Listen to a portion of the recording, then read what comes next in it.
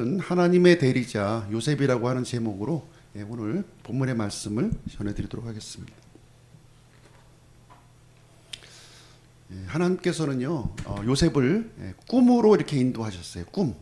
꿈으로 인도하셨습니다.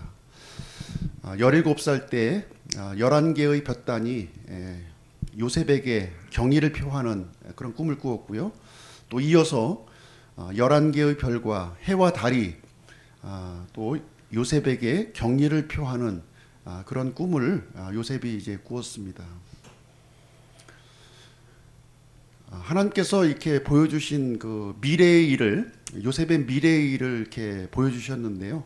이 내용이 좀 왜곡이 되었어요. 왜곡. 형제들이 듣기에는 요셉은 높여지고 자신은 이제 낮춰지는 것으로 이해한 거예요. 그래서 요셉을 시기하고 또 미워하고요. 이렇게 또 구덩이에까지 던져놓는 그런 악행을 저지르게 되었습니다. 사실 이 꿈의 실체가 이제 조금씩 밝혀지는데요. 요셉이 꾼 꿈은 높고 낮음을 이렇게 알려주는 꿈이 아니었고, 이 야곱의 이 형제들이 12형제죠. 12형제들이 모두 하나님의 영광 속에 들어간다는 내용이에요. 높고 낮음이 아닙니다. 그래서 형이 동생을 경의를 표하고 동생이 형을 또 공경하는 그런 아름다운 형제애를 그림으로써 보여준 거예요. 그림으로. 서로 이게 갈등과 이런 분열되었던 이 형제간의 관계를 하나님께서 회복해 주신다고 하는 놀라운 계획을 미리 알려주신 겁니다. 어쨌든 이제 이 꿈을 왜곡이 되었고요. 그래서 요셉은 이집트의 노예로 이렇게 팔려가게 됩니다. 그리고 또 억울한 누명을 쓰고 감옥에 또 들어가게 되죠. 그래서 거기서 이제 또 감옥 속에서 또 한 꿈을 또 이렇게 만나게 되는데 두 시종장의 꿈이에요. 두 시종장의 꿈. 그래서 두 시종장의 꿈을 요셉이 이제 해석을 해주게 되고요. 요셉의 해석대로 빵 굽는 자의 시종장은 이제 교수형에 매달리고, 그 다음에 잠 맡은 시종장은 이렇게 복직이 되어서 또 파라오를 섬기는 자리로 이제 올라가게 되었습니다. 요셉은 이제 이 꿈을 통해서 자신이 잠 맡은 시종장과 함께 파라오 앞에 서는 꿈을 본 거예요. 그래서 즉시 자기는 이제 감옥에서 풀려날 것을 사실 이제 기대했었는데 요셉의 기대대로 되지는 않았죠. 그래서 하나님께서 보여주신 이 꿈은 잠 맡은 시종장에게는 즉시 실현이 되었어요. 즉시 3일 후에. 그러나 요셉의 경우는 2년 뒤에 성취가 된 겁니다. 그래서 하나님께서 보여주신 이 계시는요, 즉시 이루어질 수도 있고요, 일정 기간 지나서 이루어질 수도 있다 하는 것을 여기서 말해주고 있습니다. 정확하게 2년이 지나서 파라오가 또 꿈을 꾸게 됩니다. 파라오 어떤 꿈을 꾸나요? 7 암소와 7 이삭의 꿈을 꾸면서 파라오 왕궁이 발칵 뒤집어지는 거예요. 발칵 뒤집어지게 됩니다. 이때 이제 잠 맡은 시종장이 2년 전에 자신의 꿈을 해석해 주었던 요셉을 기억하고 파라오 앞에 보고를 하는 거죠. 그래서 이 요셉이 파라오 앞에 이렇게 서게 되는 그런 내용을 지난 시간에 우리가 함께 살펴보게 되었습니다. 지금 요셉의 겉모습을 보면요, 지금 한없이 추락하는 것처럼 보이잖아요. 그렇죠? 끝도 없는 그 구덩이로 내려가는 것처럼 보이지만 지금 요셉은 파라오 앞에 서는 영광스러운 자리에 서는 모습을 여기서 보여주고 있습니다. 지난 시간에 이제 파라오 앞에 선 요셉의 모습을 제가 이제 읽어보았는데요. 이에 파라오가 사람을 보내어 요셉을 부르니 그들이 급히 그를 감옥에서 데려오므로 그가 수염을 깎고 옷을 갈아입고 파라오에게 들어오니라. 이 파라오의 꿈은 아무도 해석하지 못한 거예요. 이집트에 수많은 이런 그 지혜자가 있었음에도 불구하고 해석하지 못했고요. 공황 상태에 이제 빠지게 되었습니다. 그래서 잠 맡은 시종장이 요셉을 기억하고 이제 요셉을 파라오 앞으로 안내하는 장면이 여기 기록이 되어 있습니다. 이때 요셉은 옷을 갈아입고 파라오 앞에 이제 서게 되는데요.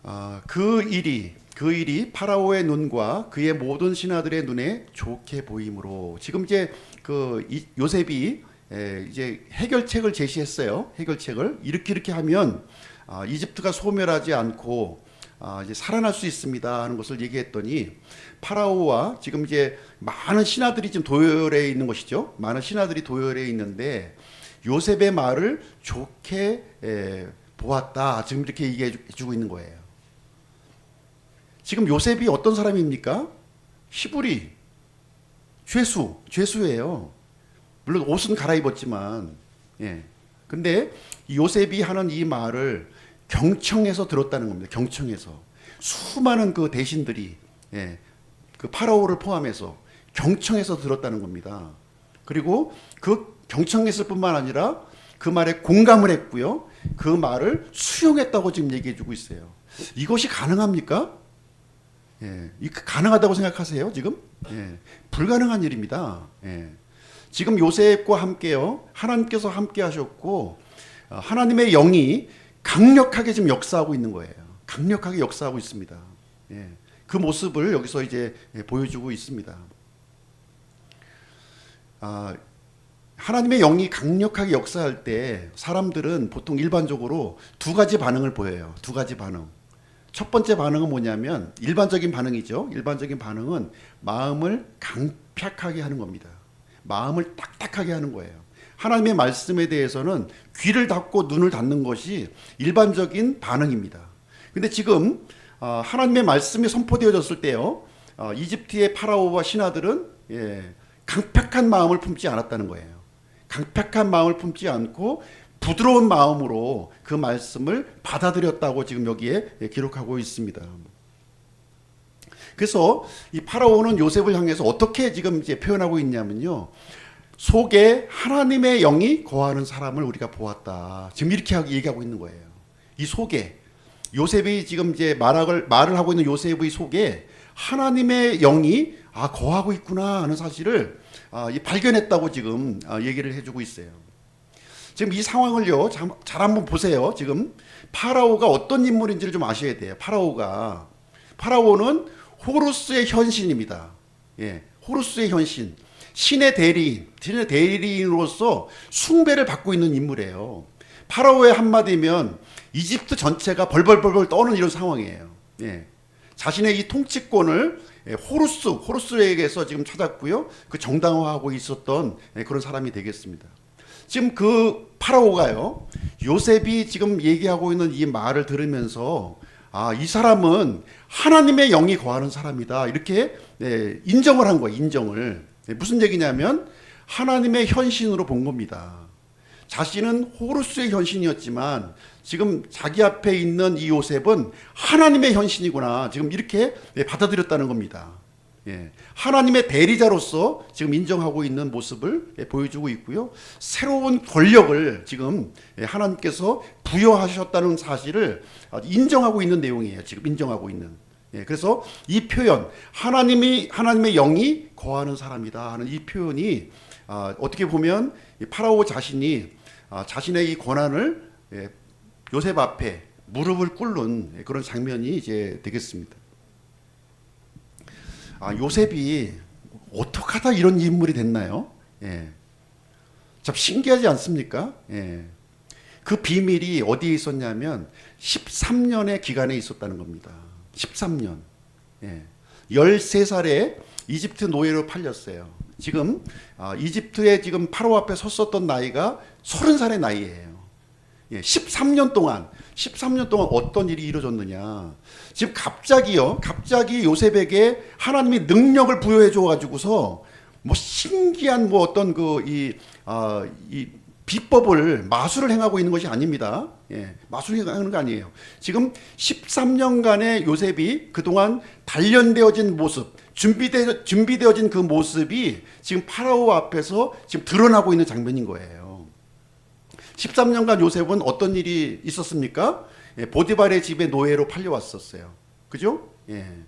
거기서 얼마 동안 종으로 있었는지 모르지만 모든 사람들이 요셉과 함께 하시고 있는 그 하나님을 발견했다는 겁니다. 그렇죠? 그 다음에 억울한 누명을 써서 감옥에 갇혔어요. 감옥에 갇혀서도 감옥에 있는 모든 간수들이 일시적으로 발견한 것이 무엇이냐면 요셉은 하나님과 함께하는 사람이다 하는 것을 발견했다는 거예요. 요셉은요, 종으로 있을 때나 죄수로 있을 때나 어떤 상황에 처해 있어도 하나님과 함께하는 그 관계를 갖고 있었다고 하는 사실입니다. 하나님과 이렇게 모든 상황에서 하나님을 의지하고 소통하는 관계에 있었을 때 하나님의 영이 강력하게 역사하는 이런 일이 일어나게 되었다. 갑자기 일어난 일이 아니라는 거예요. 갑자기 어느 날 갑자기 일어나는 것이 아닙니다. 우리의 믿음도 똑같아요. 어느 날 갑자기 하나님이 신비한 능력으로 나를 이끌어 가시는 것이 아니에요. 우리가 한순간 한순간 매 순간 어려울 때나 기쁠 때나 슬플 때나 모든 상황에서 하나님을 의지하고 하나님을 소통하는 이런 그 관계를 가질 때 결정적인 순간에 하나님께서 나를 사용하신다는 겁니다. 우리는 이 사실을 잊으셔는 안 돼요. 어제의 내가 오늘의 나를 결정짓는 겁니다. 오늘 내가 충실하게 살았다면요, 오늘의 내가 내일을 만드는 거예요. 이 사실을 우리는 알고 있어야 되겠습니다. 요셉은 13년간의 이 기간이요, 참 요셉과 같은 이런 처지는 아주 특별한 상황 아닙니까? 특별한 상황이에요. 종으로 팔려가지고 또 어느 정도 살만하니까 또 누명을 쓰고 또 죄수가 되어서 이런 삶이 일반적인 삶은 아니었거든요. 그럼에도 불구하고 요셉은 내가 좀 복수를 좀 해야지. 어떻게 나한테 이렇게 할 수 있어? 분노의 마음을 품었던 것이 아니라 믿음과 인내로 견뎠다고 하는 사실입니다. 자, 여기 보시면요, 갈라디아서 6장 9절, 우리가 잘 행하는 가운데 지치지 말지니 우리가 기진하지 아니하면 정하신 때에 거두리라, 이렇게 하고 있습니다. 우리가 이게 하나님을 믿는다고 하면서도 지칠 때가 있어요. 내가 이렇게 사는 것이, 하나님 믿는 것이 좀 어리석은 거 아니야? 좀 바보 같은 짓을 하고 있는 거 아니야? 내가 인생을 허비하는 거 아니야? 이렇게 생각할 수 있다는 거예요. 그렇지 않다는 거예요. 그렇지 않다. 하나님은 인생을 다루시고 또 역사를 다루시는 이 하나님은요, 그렇지 않다는 거예요. 그렇지 않다. 신뢰할 만한 분이시다 하는 것을 우리에게 말씀해 주고 있습니다. 우리가 잘 행하면, 지치지 않고 잘 행하면 하나님께서는 반드시 정하신 때에 거두게 하시는 분이시다 하는 것을 우리에게 말씀을 해주고 있습니다.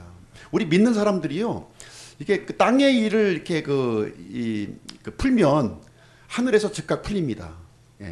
그리고 또 땅에서 또 묶으면 하늘에서도 묶여요. 그 특권을 우리에게 주셨습니다. 그래서 우리가 함께 합심해서 기도하고 우리가 하나님을 매달리고 하는 이유가 여기 있어요. 그래서 이 땅을 살면서 어떤 일을 묶을 수도 있고 풀 수도 있어요. 그때는 하늘도 동시에 연동해서 같이 움직입니다. 즉각적으로 연동해요. 즉각적으로 반응합니다. 근데 하늘의 일이 풀리고 묶였을 때 땅에 전달하는 데는 좀 시간이 걸린다는 거예요. 시간이 걸린다. 지금 이제 다니엘이 하나님 앞에 기도했잖아요. 기도했는데 하나님은 즉시 응답하셨어요. 즉시 응답하셨는데 땅에 도달하는 데는 얼마가 걸렸냐면 21일이 걸린 거예요. 21일. 왜 21일이 걸렸을까요? 중간에 방해하는 세력이 있다는 거예요. 하나님의 이 응답을 방해하는 세력이 있다는 것을 성경에서 말해주고 있고요. 또 한편으로는 이 하나님의 정하신 또 때가 있다는 거예요. 때가. 아무 때나 이렇게 우리가 기도했다고 해서 즉각 이루어져 주시는 것이 아니라는 겁니다. 만약에 우리가 기도한 대로 즉각 이루어지면 어떻게 될까요? 이 세상은요, 혼란. 이 사람은 이렇게 기도하고 저 사람은 즉각 다 응답한다면 완전히 아수라장이 될 겁니다. 근데 기도의 응답은 반드시 하나님의 정하신 때가 있다는 거예요. 그리고 방해하는 세력이 있기 때문에 우리는 믿음과 인내로 그 시간을 견뎌야 될 것을 말해주고 있습니다. 하나님의 말씀을 따르는 것은요, 힘든 일이에요. 쉽지 않습니다. 쉽지 않아요. 그럼에도 불구하고 하나님의 말씀을 따르라고 하는 거예요. 그것이 우리에게 많은 유익을 주고 많은 영광을 주기 때문에 그렇습니다. 그래서 그 기간을 요셉처럼 13년이 될지, 어떤 사람에게는 20년이 될지, 어떤 사람에게는 몇 년이 될지 모르겠지만 믿음과 인내로 견뎠을 때 반드시 우리를 거두게 하시는 분이시다 하는 것을 요셉의 이야기를 통해서 우리에게 알려주시는 그런 말씀이 이제 되겠습니다. 자, 지금 이게 주객이 전도가 됐어요. 주객이. 사실 이제 어떤 모습이 정상적인 모습입니까? 파라오는 지금 높이 있고요. 요셉은 그 앞에서 무릎을 꿇고 벌벌벌벌 떨고 있는 것이 정상적인 모습인 거예요. 근데 지금 이 파라오와의 대면하는 장면에서 지금 파라오는 울고 있고요. 조그맣게 막 울고 있고, 요셉은 건장하게, 비록 낮은 자리에 지금 서 있지만 굉장히 당당한 모습으로 서 있는 모습을 보여주고 있습니다. 왜 이와 같은 모습이 이루어졌을까요? 왜 이와 같은 모습이? 지금 요셉이 파라오에게 지금 부거래야 되는 입장이잖아요. 지금 좀 살려달라고, 나의 억울함을 풀어달라고 지금 해야 되는 상황인데, 오히려 지금 상황은 파라오가 요셉을 붙들고 있는 상황이에요. 제발 이 두려움에서 이 공황 상태에서 나를 해방시켜 달라고 지금 붙들고 있는 그런 상황의 모습이 연출되고 있는 것입니다. 그리고 요셉을 향해서 사려 깊고 지혜 있는 자라고 하는 것을 인정하고 있습니다. 인정하기까지 이른 거예요. 지금 아마 요셉 이야기를 듣고 파라오는요, 많은 사람들을 아마 떠올렸을 거예요. 이집트에 사려 깊고 지혜로운 사람이 누굴까? 잠 맡은 시종장? 아니면 보디발? 호위대장 보디발이야? 아니면 지금 도열에 있는 신하들을 하나하나 얼굴을 보면서 당신이야 했을지도 몰라요. 이집트에는 이렇게 사려 깊고 지혜로운 사람을 찾을 수 없었다는 거예요. 요셉 빼고는. 요셉 빼고는. 그렇죠? 이 하나님의 이 엄중한 계획 속에서 이집트가 살아나기 위해서는 요셉이 적임자였다 하는 것을 파라오 자신이 인정할 수밖에 없는 그런 상황에 놓여졌다는 것입니다.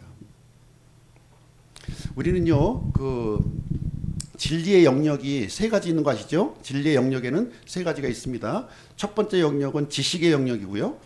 두 번째 영역은 지혜의 영역이고, 세 번째 영역은 명철의 영역입니다. 지식과 지혜의 영역만 제가 말씀을 드릴게요. 지식은 대단히 중요합니다. 지식이 없으면 백성이 망한다고 그랬어요. 지식은 반드시 있어야 되는 거예요. 지식은. 근데 지식으로만 그치면 안 되는 거죠. 지식으로만 그치면 영지주의가 되는 거예요. 영지주의자예요. 그런. 지식으로 그치만 우리 독립침례교회 진영에서는 지식으로 그치는 사람들이 너무나 많이 있는 거예요. 이 지식 따라서 저 지식 따라서 이리저리로 지금 방황하면서 움직이는 이 성도들이 너무나도 많아요. 그런 사람들을 이제 뭐라고 부르냐면 요즘에 신조어로 플로팅 신자라고 해요. 플로팅 신자. 뗏목을 타고 이 말씀이 좋은가? 저 말씀이 좋은가? 지식을 따라서 찾아다니고 있는 거예요. 지식이 중요합니다. 지식이 중요해요. 100번 1000번 강조해도 지나침이 없습니다. 그런데 지식으로 끝나시면 안 돼요. 지식으로 끝나면 아무 소용이 없습니다. 지혜의 영역으로 넘어가셔야 되는 거예요. 내가 아무리 요리를 잘하면 뭐예요? 요리를 안 하는데 소용이 없는 거예요. 소용이. 지혜는 이 진리를 적용하고 활용하는 능력을 얘기하는 거 있는 겁니다. 방법만 알고 있어서는 안 돼요. 방법이 우리를 구원해 주는 것이 아닙니다. 지혜 영역을 보시면 여기 신중함 몇 가지를 제가 이제 가져왔는데요. 신중함, 공감과 이해심, 문제 해결, 자제력, 미래지향적 사고, 이런 것들을 이제 포함하고 있는 겁니다. 지혜 영역이에요. 우리 삶 가운데 이 지식이 활용되어지고 선용되어야지 유익한 거 아니겠어요? 그게 바로 지혜 영역입니다. 지혜 영역으로 들어오셔야 돼요. 그 다음에 명철의 영역으로까지도 우리가 확장되어야 할 것을 말해주고 있습니다. 지금 파라오는 지금 어린 요셉이지만 압도를 당하고 있습니다. 압도를 당하고 있어요. 근데 이 하나님의 영이 거하는 사람은 어느 날 갑자기 신비한 하나님의 능력을 소유하는 것이 아니다, 이렇게 말씀을 드렸잖아요. 지금 아닙니다. 아니에요. 어제의 내가 오늘의 나를 만드는 것이고요. 하나님과의 지속적으로 소통하는 관계를 통해서 이루어지는 것입니다. 또 말씀을 순종하고 또 겸손하고 정직, 신실, 신실함, 열정을 이런 삶 가운데에 이렇게 적용하는 사람에게 주어진다는 것입니다. 파라오는 비록 짧은 시간이지만 또 시시종장의 그런 보고를 들었을 거예요. 그렇지만 요셉 안에 하나님의 영을 목격했다고 하는 사실입니다. 두 번째는 총리로 높여졌어요. 요셉이 총리로. 대단하죠? 너는 내 집을 다스릴지니라. 내 온 백성이 내 말에 따라 7일을 받으리니 나는 왕좌에서만 너보다 높으리라. 어유 뭐 파격적인 이 발탁입니다. 파격적인 발탁이에요. 지금으로 얘기하면 미국 대통령이 그 아시아에서 온 젊은이를 국무총리로 임명하는 그런 장면입니다. 이런 장면은 불가능하죠. 뭐 흔치 않은 게 아니라 불가능한 장면입니다. 히브리 죄수를 지금 이집트 총리로 이렇게 앉히는, 우리는 이제 이 요셉이 이집트 총리가 되었다는 것에만 막 이렇게 초점을 맞출 때가 있어요. 중요한 것은 이집트 총리가 되는 것이 중요한 게 아닙니다. 지금 그 요셉의 이야기를 통해서 밝혀주고 있는 것은 큰 꿈을 꿨더니 내가 총리가 되었고 걱정 없이 살았더라, 이 얘기를 하는 것이 절대로 아니라는 것입니다. 파라오는 지금 요셉을 절대적으로 신임하고 있는 거예요. 지금 나는 왕좌에서만 너보다 높다, 이런 표현을 지금 하고 있습니다. 지금 파라오의 지금 결단을 좀 보게 되는데요. 이집트의 모든 신이 하나님 앞에 굴복한 겁니다. 요셉이 믿고 있는 하나님 앞에 굴복한 거예요. 하나님에 대한 두려움을 느꼈고요. 또 이 하나님께 이집트의 미래를 맡기지 않으면 큰일이 나겠구나, 이런 마음이 들었던 거예요.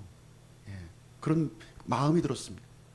그래서 어쩔 수 없이 요셉을 총쥐이자로 삼을 수밖에 없는 그런 그 직면에 도달한 겁니다. 참 파라오는 어떻게 보면 지혜로운 거죠. 지혜로운 결정을 한 겁니다. 어떻게 보면 자존심이 용납이 안 됐을 텐데 자존심을 버리고 생존을 택하는 이 파라오의 모습을 우리는 여기서 보게 됩니다. 참 지혜로운 선택이에요. 우리가 이 하나님 앞에 지혜로운 선택을 해야 되는데요. 여기 그 시편 91편에 보시면 이 아주 지혜로운 선택에 대해서 우리에게 이제 알려주고 있습니다. 91편 1절로 3절 말씀 한번 볼게요. 지극히 높으신 분의 은밀한 곳에 거하는 자는 전능자의 그늘 밑에 거하리로다. 내가 주에 대하여 말하기를 그분은 나의 피난처시요 나의 요새시요 나의 하나님이시니 내가 그분을 신뢰하리라 하리로다. 그분께서 너를 새 사냥꾼의 올무와 해로운 역병에서 확실히 구출하시리로다. 우리 인생에 그 위험을 당할 때가 많이 있습니다. 인생의 구출자는 전능자 하나님이시라고 얘기하고 있어요. 전능자 하나님의 그 은밀한 곳에 거하게 되면 아무리 이 위험한 상황에 노출된다 할지라도 우리를 지켜주신다고 좀 약속해주고 있는 거예요. 약속의 말씀입니다. 약속의 말씀. 힘들고 어려울 때마다 시편 91편 한번 읽어보세요.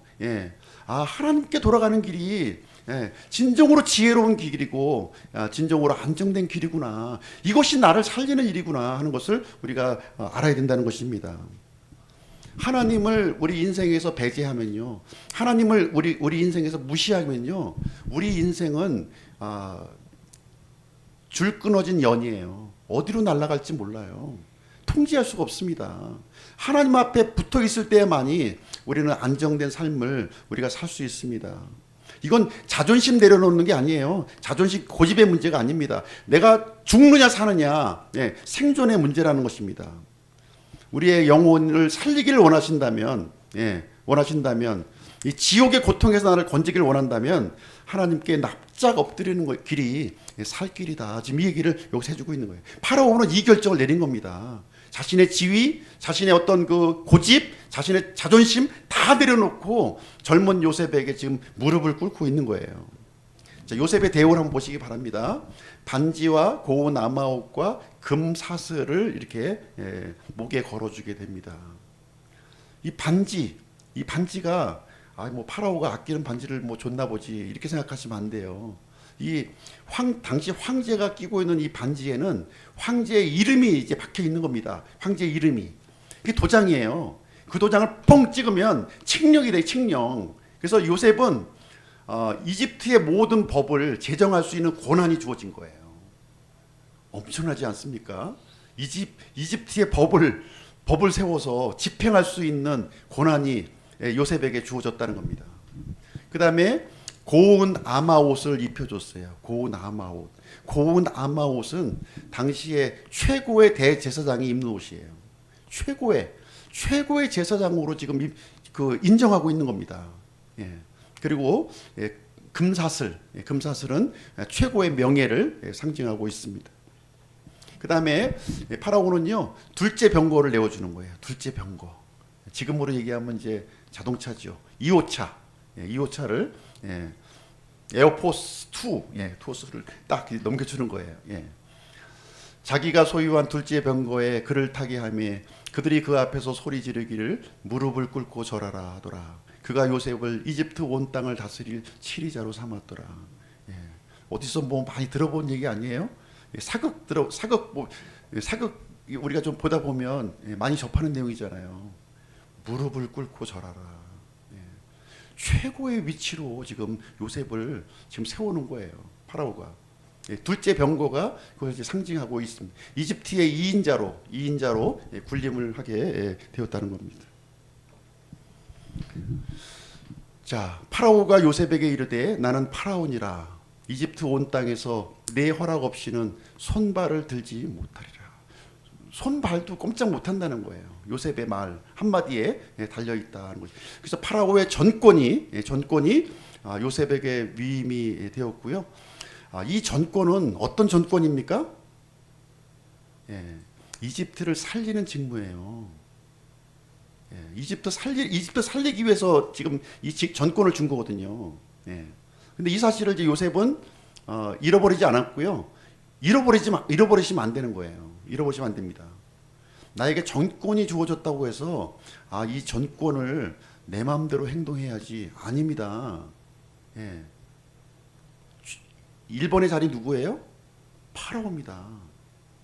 주인이 누구예요? 이집트 주인이 파라오예요. 여전히 권한만 내어준 거예요. 권한만. 우리가 이제 그 기업체에서도요 전결권이라는 게 있어요. 전결권. 대표이사 전결권이 있고요.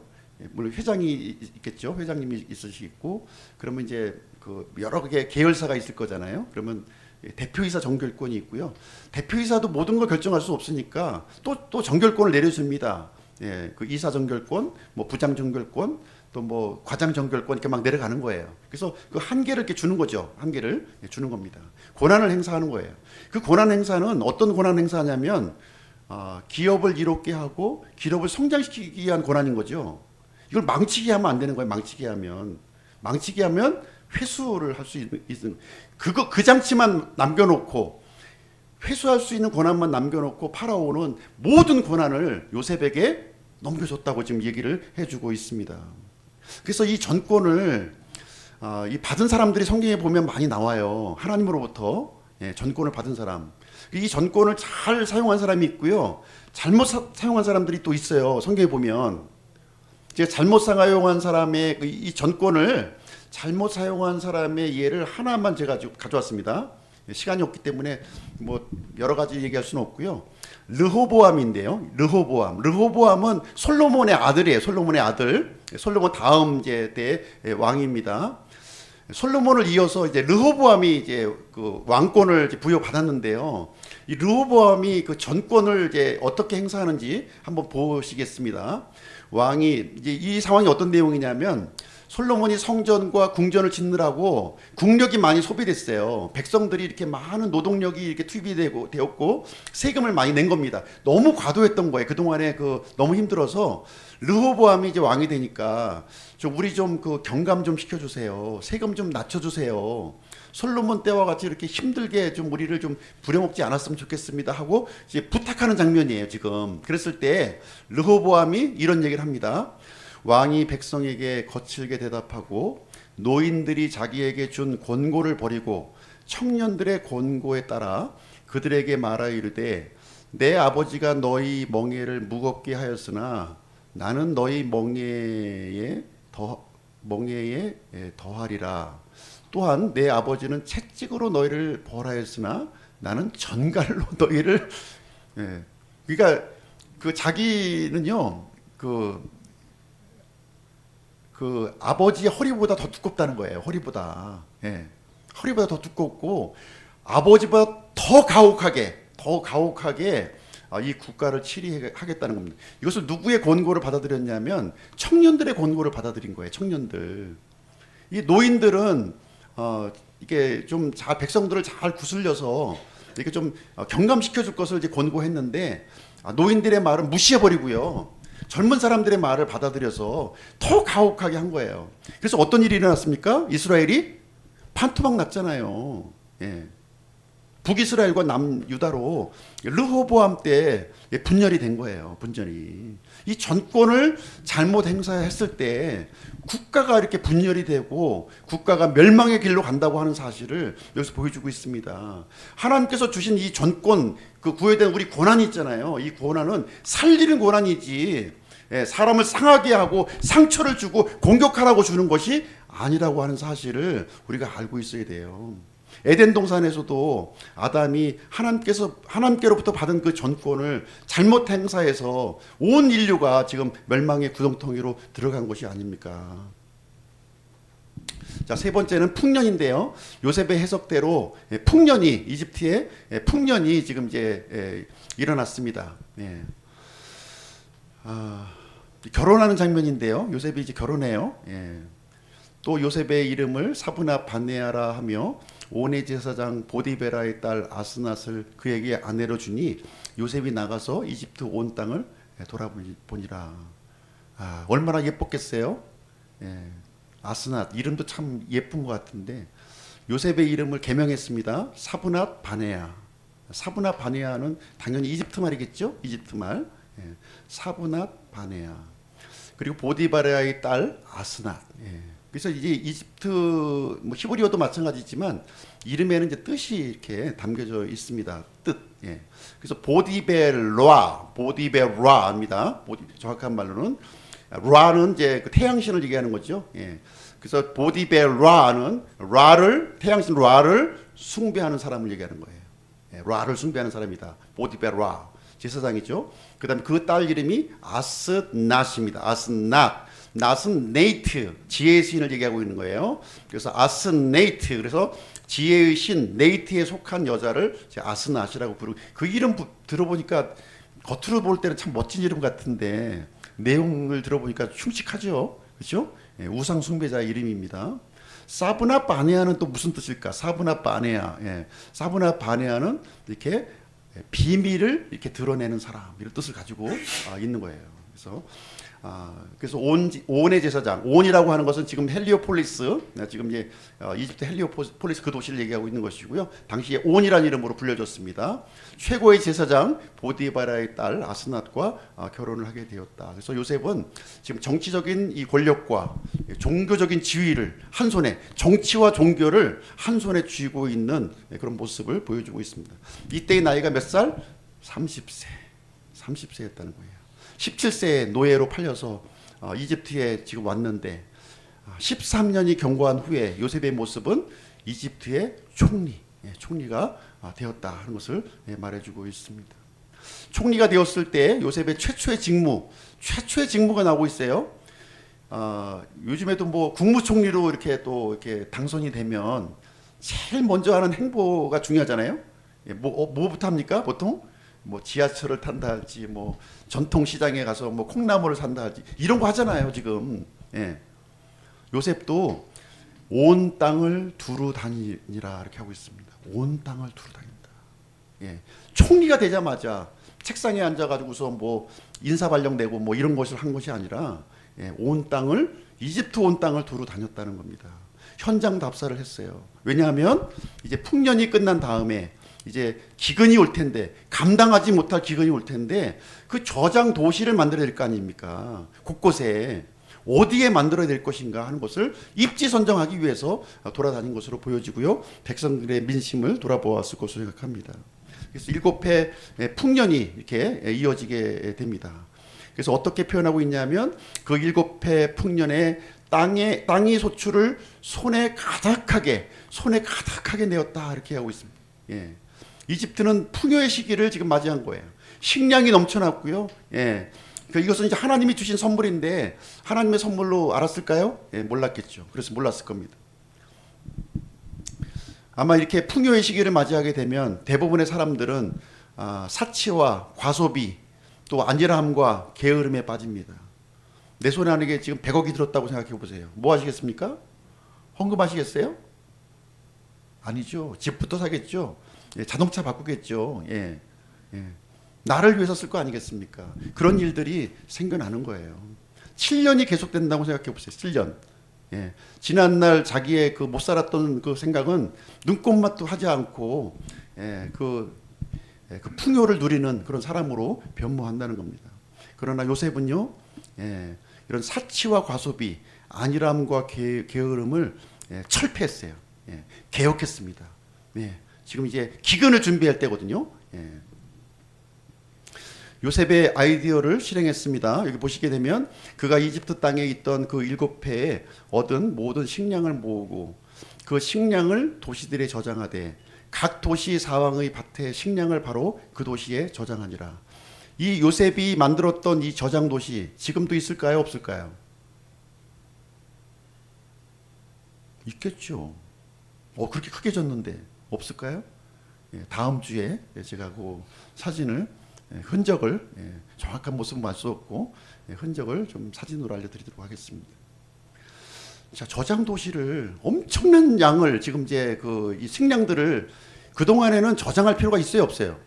없어요. 저장이라는 개념이 없습니다. 그냥 주어진 대로 사는 게 그 당시에 그 방식이었습니다. 하나님의 지혜로 경제 계획을 수립했고요. 5분의 1을 세금으로 거두었고 식량을 도시에 저장하는 일을 굉장히 바쁘죠. 어떻게 보면 사람들은 이 여유로운 삶에 그냥 이렇게 취해서 이렇게 세금 5분의 2 정도 가져가도 그 이상이 더 남잖아요. 지금 뭐 문제가 안 되었던 거죠. 그러나 요셉은 부지런히 기근의 때를 대비했다는 것입니다. 사람들은 요셉을 어떻게 바라봤을까요? 아마 요셉을 조롱했을지도 몰라요. 성경에는 뭐 명시되어 있지 않지만 아마 요셉을 어떻게 하면 죄를 궁지에 몰아넣을까 아마 그 궁리를 했을 수도 있겠다 하는 생각을 저는 이제 가져보게. 아니 7년 기근이 어딨어? 이렇게 풍년이 계속되고 있는데 이렇게 풍요로운 시대에 무슨 기근이야 하는 것을 기근을 얘기한 사람은 아마 이건 좀 적으로 간주했을 수도 있을 것 같습니다. 어쨌든 7년의 풍년 기간은요 거둔 곡식만 바다의 모래와 같이 많았다. 지금 이렇게 하고 있습니다. 셀 수 없는 그 곡식들을 이 저장 도시에 요셉이 지금 저장을 했다고 지금 얘기하고 있습니다. 무엇을 위해서? 7년 기근을 대비해서 진행했다는 것입니다. 모든 것이 편안한 시기에, 모든 것이 문제가 없는 시기에 우리도 이런 자세가 필요해요. 아무것도 문제가 없는데 오늘의 삶이 내일도 계속 이어질 것 같은데 그냥 편하게 살지 뭐 힘들게 살아 이렇게 생각할 수 있을 것 같아요. 그러나 위기의 때를 대비하지 않는 그 사람은요 갑작스러운 그 날을 맞이하게 될 것입니다. 자, 여기 성경에 마지막 날의 특징이 이제 기록되어 있습니다. 베드로후서 3장 3절로 4절. 먼저 이것을 알라. 곧 마지막 날들에 비웃는 자들이 와서 자기들의 정욕을 따라 걸으며 이르되 그분께서 오신다는 약속이 어디 있느냐? 없다 하는 거죠. 없다. 조상들이 잠든 이래로 모든 것이 창조의 시작 이후로 있었던 것 같이 그대로 계속되는. 세상은 이대로 계속 가는 거야. 어렵고 힘든 때가 있지만 이 사이클을 그리면서 계속해서 영원히 가는 것이지 주님이 오시는 날, 멸망의 날 그딴 거 없어 하고 세상 사람들은 조롱하고 있는 거예요. 우리 믿는 사람들은 좁은 길을 걸어가는 겁니다. 좁은 길. 예. 그러면서 사람들은 정욕을 따라서 걸어가는 겁니다. 정욕을. 예. 여기서 정욕이라는 말이요. 영어로 보시면 lust로 되어 있습니다. lust. 예, lust. desire가 아니에요. lust입니다. 이 lust라고 하는 이 단어는 부패한 욕심을 얘기하는 겁니다. 사람들은 이 부패한 욕심을 따라서 마지막 날들에는 걸어간다 하는 것을 우리에게 얘기해주고 있어요. 해산의 고통과 같이 임할 것을 또 얘기해주고 있습니다. 데살로니가전서 5장 3절. 그들이 평안하다 안전하다 하고 말할 때에 아이벤 여자에게 해산의 고통이 닥치는 것 같이 갑작스러운 파멸이 그들에게 닥치리니 그들이 피하지 못하리라. 한번 물어보세요. 어머니한테 해산의 고통이 어땠어요? 우리 아내는 이제 제왕절개 해가지고 아마 잘 모를 수도 있는데, 자연분만 하게 되면 이게 이 마치 지진이 일어나는 것처럼 처음에는 이제 간헐적으로 이렇게 일어나다가 그 해산에 이제 이제 임박했을 때는요 굉장히 아주 급속하게 그 빈도가 짧아지고요, 또 이 고통의 강도가 커지는 거예요. 커지면서 이제 그 해산이 이제 일어나는 것입니다. 그래서 풍요의 때에 준비하지 못한 사람은 갑작스러운 파멸을 피하지 못한다는 겁니다. 하나님께서 우리에게 풍요로운 날을 허락하고 있습니까? 준비하셔야 돼요. 긴장하고 준비하셔야 됩니다. 반드시 파멸의 날이 올 것이기 때문에 그렇습니다. 요셉은요 총리가 돼가지고 그동안 좀 문제를 일으켰던 사람들이 있었잖아요. 누굽니까? 보디발의 부인, 자기를 감옥에 집어넣은 그 장본인. 좀 복수해야죠. 복수해야 되지 않습니까? 자기를 죄도 없는데 감옥에 가뒀잖아요. 능지처참을 해야죠. 능지처참. 그리고 또 잠 맡은 시종장, 아니 그렇게 부탁했는데 꿈까지 해석해주고 잊어버렸잖아요. 잊어버렸어. 즉시 좀 파로에게 얘기해줬으면은 그 감옥에 고생 안 했을 텐데. 아마 지금 요셉이 총리가 되었다는 소식을 들었을 때 간담이 서늘했던 사람이 아마 여러 사람 있었을 거예요. 아마 같이 그 노예로 지냈던 그 사람들, 그 죄수로 있었던 사람들, 요셉을 괴롭혔던 사람들 있었을 거 아니에요? 바들바들 어떻게 했겠죠. 근데 요셉은요 어느 누구에게도 이렇게 복수했다는 기록이 없어요. 나 같으면은 볼기를 그냥 때려가지고 참 그 분대를 한번 보여줬을 텐데 그렇지 않았다는 겁니다. 용서와 화해의 사람. 하나님의 대리자로서의 모습을 보여줬어요. 우리에게. 그 모습이 우리의 모습이 되어야 될 줄로 생각을 합니다. 아마 가나안 땅도 먼 거리 아니에요. 한 열흘이면 기병들로 가면 한 일주일이면 갈 수 있는 거리예요. 자기 형들 다 데려다가 참 물고를 내도 얼마든지 낼 수 있는 그런 상황이지만 요셉은 용서와 화해의 사람이었습니다.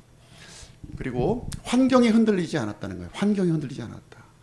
요셉은 아버지의 아들로 있었을 때나 보디발의 노예로 있었을 때나 감옥의 죄수로 있었을 때나 지금 이집트의 총리가 되어서 전권을 갖고 있을 때나 그 마음의 중심은 흔들리지 않았다는 거예요. 환경에 좌우되지 않는 그 굳건한 믿음을 가지고 있었다 하는 것을 얘기해 주고 있습니다. 이러한 그 13년의 준비가 요셉을 꽃을 피우게 되었고요. 그래서 보디발의 집의 감독으로, 또 왕실 감옥의 감독으로, 또 이집트의 구원자로, 또 온 세상의 구원자로 세워지는 이 모습을 우리에게 알려주고 있습니다. 우리도 지금 이 땅에 하나님의 대리자로 살아가고 있다는 사실을 잊으시면 안 되는 거예요.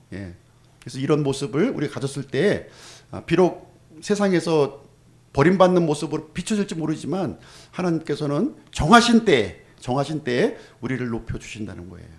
정하신 그때까지 우리가 믿음과 인내로 우리가 견디게 되면 그 영광스러운 날을 우리가 맞이하게 될 것입니다. 그래서 하나님께서 보여주신 그림은 요셉이 총리로 세워지는 것이 아니에요. 총리로 세워지 아닙니다. 하나님의 언약을 이루기 위한 그 과정의 일환으로서 총리가 되게 하신 것이고요. 세상을 이롭게 하고 하나님의 복을 흘려보내는데 그 중요한 목적이 있는 것입니다. 우리도 이 목적을 가지셔야 돼요. 세상을 이롭게 해야 되겠구나. 내가 살고 있는 이 세상, 이 공동체를 내가 이롭게 해야 되겠다.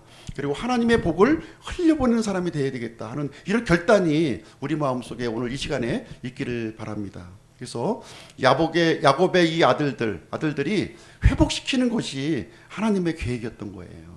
그래서 이 12지파가 되게 하고요, 이스라엘 민족이 되게 하고, 또 이스라엘 민족을 통해서 예수 그리스도 메시아를 보내실 준비를 하는 것이 하나님의 이 큰 그림, 요셉에게 보여준 이 큰 그림의 일환으로서 요셉이 총리가 되는 장면, 오늘 함께 살펴보게 되었습니다. 결론을 드리도록 하겠습니다. 오늘날 그리스도인들이 하나님의 대리자로 살아가고 있다고 하는 사실을 잊지 마세요. 우리는 그리스도인의 대사요, 그리스도의 편지요, 그리스도의 향기라고 얘기하고 있습니다. 우리는 어떤 사람에게는 생명을 주는 향기가 될 것이고요, 어떤 사람에게는 사망의 냄새가 될 것입니다. 그래서 우리는 하나님의 공동체, 힘들고 어렵지만 이 땅에서 하나님의 공동체를 이뤄가는 이 소중한 소임을 우리가 감당해야 될 줄로 믿습니다. 그래서 우리가 해야 될 일은 구원과 심판을 집행하시는 이 하나님을 증거하는 이런 힘들고 고되지만 복된 삶을 살아가시는 우리 기쁨 침례교회 성도님들이 되시기를 주님의 이름으로 축복드립니다. 기도하고 마치고 하겠습니다.